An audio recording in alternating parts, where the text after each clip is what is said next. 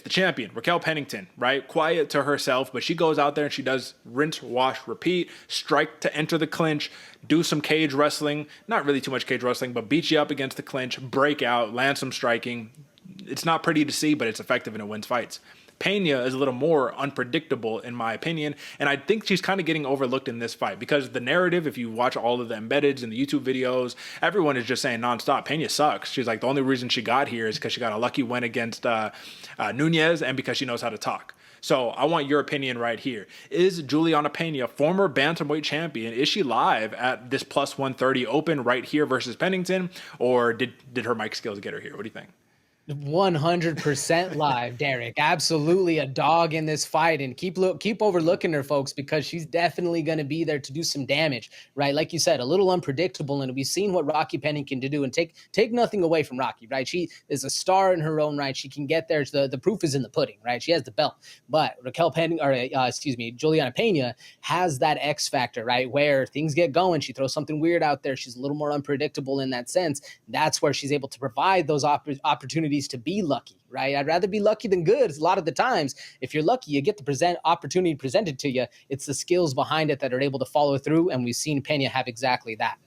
I'll tell you one thing I really do like about Peña that is super underestimated. People kind of clown on her striking ability a little bit because it looks a little funny. But one thing she does is she eats space. So there's a space between me and my opponent, right? Peña and Raquel Pennington. And as Pennington tries to enter, same way that Nunez was trying to enter, she's filling that space with those big over-the-shoulder big shots, right? But when you fill that space, it makes your opponent really have no other option but fight at distance or eat a couple shots to get in. So you're just racking up damage. Nunez, she beat Peña up in the second fight, but Nunez looked crazy. Listen, Peña can land shots against Pennington. My question is jiu-jitsu. AJ, listen, Peña, in my opinion, is dangerous everywhere, but Raquel Pennington has never been submitted in the UFC, and she's had about 18 fights in the UFC. So what do you make? What's the path to victory for a Peña? Because if it's going to come from jiu-jitsu, I think it's going to come from control and maybe ground and pound. But the submission, I find it hard against Rocky Pennington. What do you think?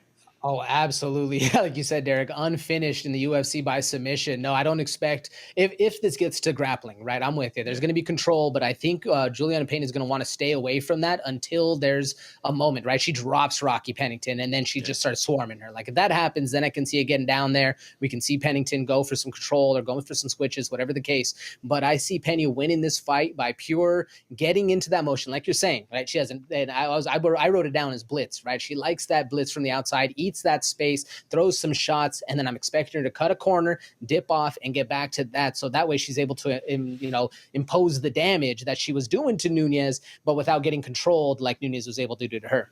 I think the play is clear here, in my opinion, for those who are tailing my picks. This is a fight where, I mean, listen, man, if you're looking at both of them, yeah, all right, you see a lot of finishes on the side of Peña, but she hasn't fought very actively, you know what I mean? So it's not like those are all coming as of recent. I think if you're tailing me and you're rocking with the champ, Raquel Pennington, you're looking at the decision play all day because one of the strongest factors she has more than anything is her cardio. And one of the strongest factors that Julianna Peña has, in my opinion, is her durability. Durability and cardio makes for a long fight. So I think that AJ, regardless if you are siding with me or not, which I already know that you're not, but we could take a quick look right here at the let's go to the ESPN really quickly, man, and just take a look.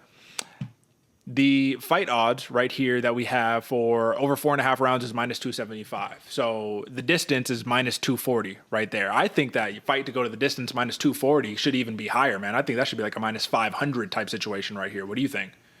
Yeah, it definitely closer to that like 400, 500 mark, because I do agree with you, Derek. Even at altitude, like we've been talking about all day, I'm expecting both of these girls to give it full grit, full glory as well, like putting the pressure on, but still staying with each other.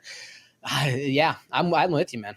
Yeah, it's a little counterintuitive because everyone gets real big, bad, and scary. Oh, it's Utah, it's elevation. But like I said, for Pennington, man, cardio machine, Julianna Peña, durable enough to fight through any fatigue and pain and injury and all of that stuff, man. You know, she gets injured a lot, but she comes and she brings it when she does. So, man, that's how I see this kind of playing out.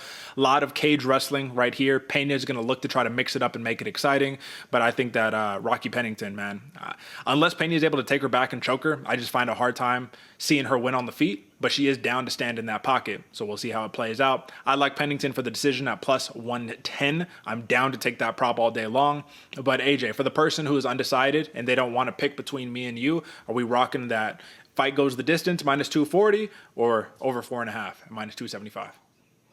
Fight goes the distance. I don't see this one finishing unless it's, like you said, a crazy back take, a random drop with just a ground and pound. I'm expecting both of these fighters to, like you said, the plus 110, plus 235, whichever one you're seeing. I like those odds, but I do like the minus 270 better.